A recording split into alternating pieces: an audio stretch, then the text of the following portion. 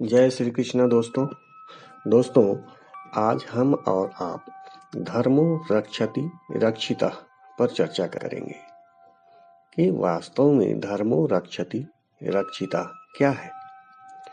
साधारणतः हम सभी को ज्ञात है कि जो धर्म की रक्षा करता है धर्म उसी की रक्षा करता है, परंतु वर्तमान युग में मानव हिंदू, मुस्लिम, सिख, ईसाई को धर्म से जोड़ता है।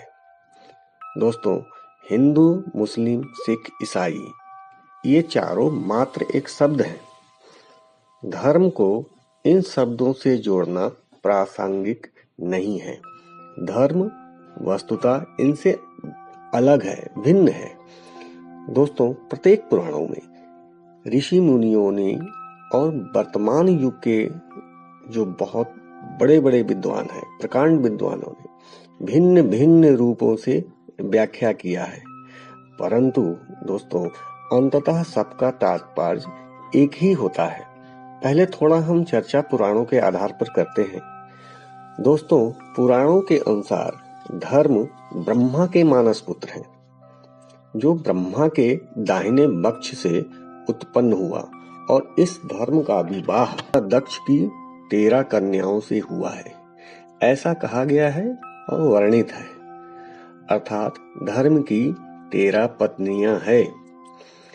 उन पत्नियों के नाम आपको जानना चाहिए।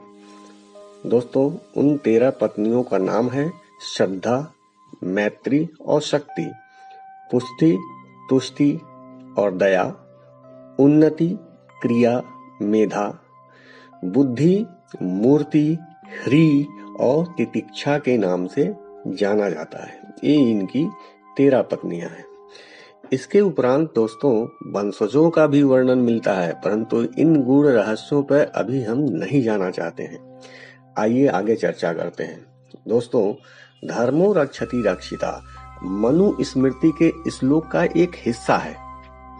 भगवत गीता में भी भगवान श्री कृष्ण ने धर्मों पर बहुत विस्तृत चर्चा किया है, परंतु हम मानवों के लिए धर्मो रक्षति रक्षिता का क्या मतलब है, साधारण शब्दों में हम आप चर्चा करेंगे।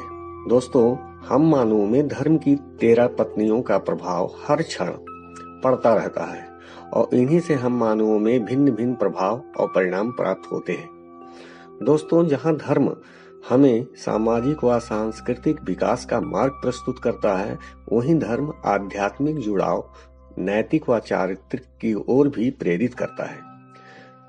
धर्म जहां जीवन जीने का तरीका व अनुशासन की दिशा देता है, वहीं मौलिक गुणों का प्रभाव परिणाम भी देता रहता है। दोस्तों, धर्म सिद्धांतों, आदर्शों व मूल्यों पर आधारित है।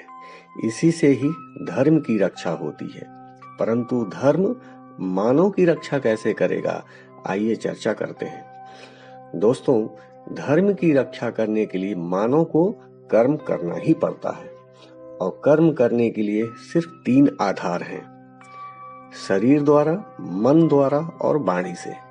इन्हीं 3 से ही मनुष्य कर्म करता है। दोस्तों, कर्म के बिना धर्म और धर्म के बगैर कर्म सार्थक हो ही नहीं सकता। दोस्तों, साधारण उदाहरण देता हूँ। हम सबके बच्चे उच्च सरकारी पद या डॉक्टर, इंजीनियर, नेता, सीईओ या कोई भी पद पाने के लिए शिक्षा ग्रहण करता है। अर्थात शिक्षा प्राप्त करने से लेकर पद या उपाधि पाने, इस बीच की यात्रा को कर्म कहा गया है।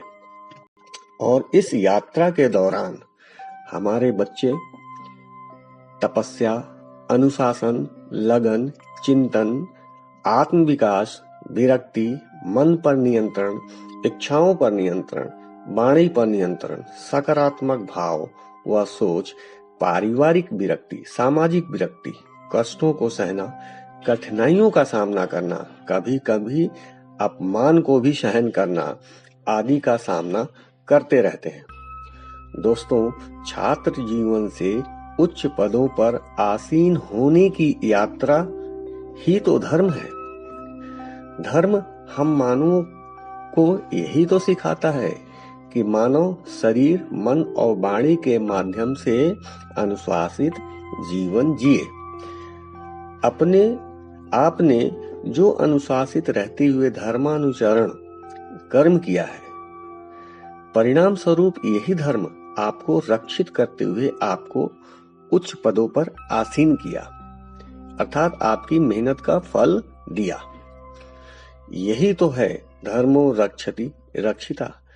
कोई भी सेवा हो जिसके परिणाम स्वरूप स्वयं को, परिवार को, पड़ोसियों को, सगे संबंधियों को या समाज को लाभान्वित हो, धर्म ही होता है।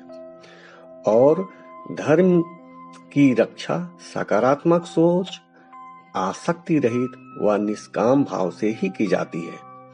परिणाम स्वरूप यही धर्म उच्च पद हो, मान सम्मान हो, आपको प्रदान करता है।